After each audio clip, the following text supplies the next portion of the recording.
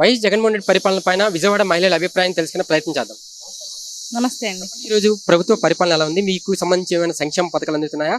గత టీడీపీ ప్రభుత్వంతో పోలిస్తే ఈ రోజు జగన్మోహన్ రెడ్డి ప్రభుత్వం పైన మీ యొక్క అభిప్రాయం? గతంతో పోల్చుకుంటే ఇప్పుడు చేస్తున్న జగన్ గారి పరిపాలన సుభిక్షంగా ఉంది. అందరికన్నా ప్రజలందరూ ఎంతో సంతోషంగా జీవిస్తున్నారు.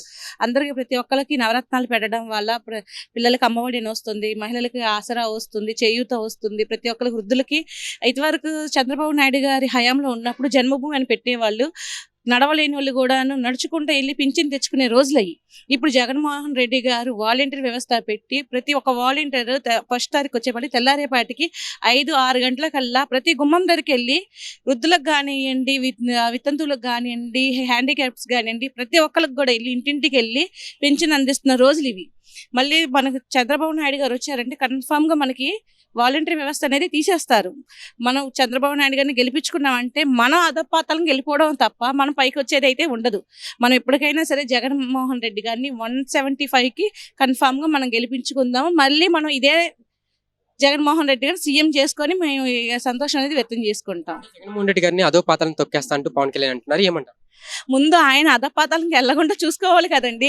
చంద్రబాబు నాయుడు గారితో ఎప్పుడైతే కలిసారో అప్పుడే ఆ రోజే పవన్ కళ్యాణ్ గారు అధపాతాలకు వెళ్ళిపోయారు. మనం చెప్పాల్సిన అవసరం లేదు. ఆయన ప్రత్యేకంగా నేను జగన్మోహన్ రెడ్డి గారిని తొక్కేస్తాను కదా, ఆల్రెడీ ఆయన చంద్రబాబు నాయుడుతో కలిసి ఆయన అధపాతాలకు వెళ్ళిపోయారు. ఆయన ఇంకో మాట కూడా అన్నారు మొన్న, జగన్ నేను ఓడిస్తా, లేకపోతే నా పేరు మార్చుకుంటా అన్నారు. రెడీగా ఉండండి, మంచి పేరు చూసుకొని ఉండండి. ఆయన వస్తారు, మళ్ళీ సీఎం అవుతారు. మీ ఆయన కూర్చోబెట్టి మేమే మంచి పేరు అనేది సెలెక్ట్ చేసి ఆయనకి పెడతాం. సైకో పరిపాలన అంటున్నారు కదా, ఏమంటారు? ఎవరిది సైకో పరిపాలన? చంద్రబాబు నాయుడు గారిదా లేకపోతే జగన్ గారిదా? ఎవరు ఫస్ట్లో చంద్రబాబు నాయుడు గారి పరిపాలన చూశారు, జగన్ పరిపాలన చూశారు.